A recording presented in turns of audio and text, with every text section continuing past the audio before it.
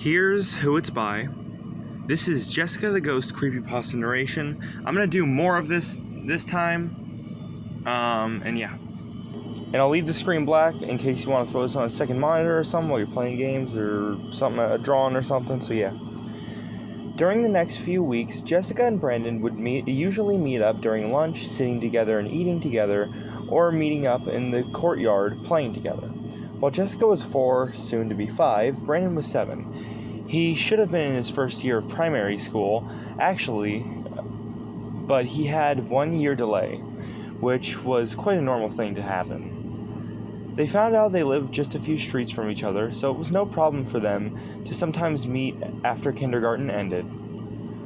Their families noticed both of their kids spending a lot of time together, so they organized once-a-week dinners together, growing close friends too. Jessica and Brandon would sometimes have sleepovers at each other's homes.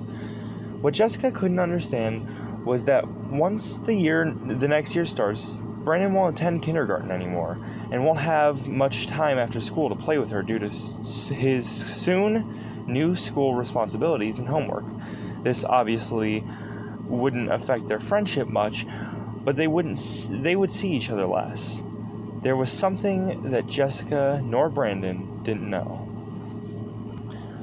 A year has passed when Jessica and Brandon grew very close friends.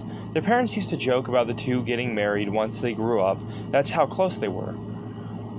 Of course, neither Jessica or Brandon understood what love means, but they both had a crush on each other.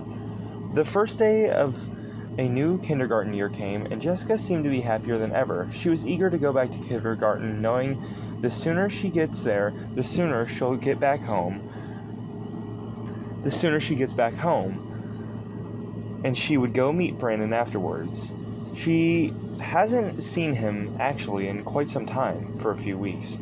"Hurry up, Dad," Jessica said as she was putting on her shoes. "Wait, sweetheart, I haven't finished my breakfast yet, and we still have a lot of time." Jessica huffed and waited by the door.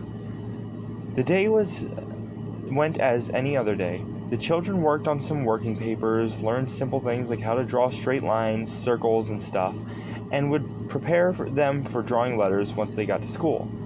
Jessica, as usual, sat at the very last table by the wall. Opposite of her sat some girl with glasses and short, light brown hair, and by her sat the girl's twin brother. None of the kids seemed to notice Jessica at all. The next days, weeks, she just sat there thinking about Brandon all the time. Was Brandon avoiding her? Or did his parents forbid him to play with her since she was younger?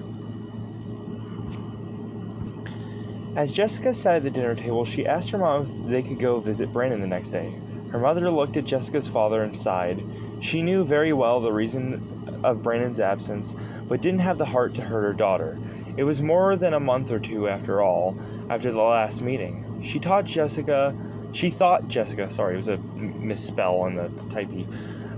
Jessica would make new friends and forget all about Brandon. Her father was the one to break the anxious silence. "Jessica, there's something you should know. Something we should have told you a long time ago." Jessica looked at them confused, not knowing what her father means. "You won't be able to meet Brandon anymore. Before you interrupt me, listen carefully," he said, lifting his finger, noticing Jessica was about to protest. "Brandon doesn't live here anymore. They moved away," he said. Jessica let her fork drop on the plate before she ran up to her room, crying. Her only friend moved away, leaving her all alone, again. This was a very sudden change in her very early life. All her plans, all her life, she was just living to the point. It changed right to where she was. She knew she won't forget Brandon that quickly. Jessica stayed home the rest of the week, having a high fever from all the crying. She even refused to sleep with her parents most of the day. She would just lie in bed, hugging her big teddy bear, crying or sleeping. Her parents felt helpless, not knowing how to help her, so they decided to seek professional help. So that's going to be all for this part of Jessica the Ghost. I ended up going back on what I said earlier. I'm going to divide it into parts so that you guys will have consistent creepypasta stuff instead of just, here and there. As I want to be more consistent with the creepypasta stuff. So if you liked it, like, comment, subscribe, do a YouTube share. I greatly appreciate if you dislike, share with a friend or group chat. You can make fun of me when I do a video, and I'll see you on the next part of Jessica the Ghost.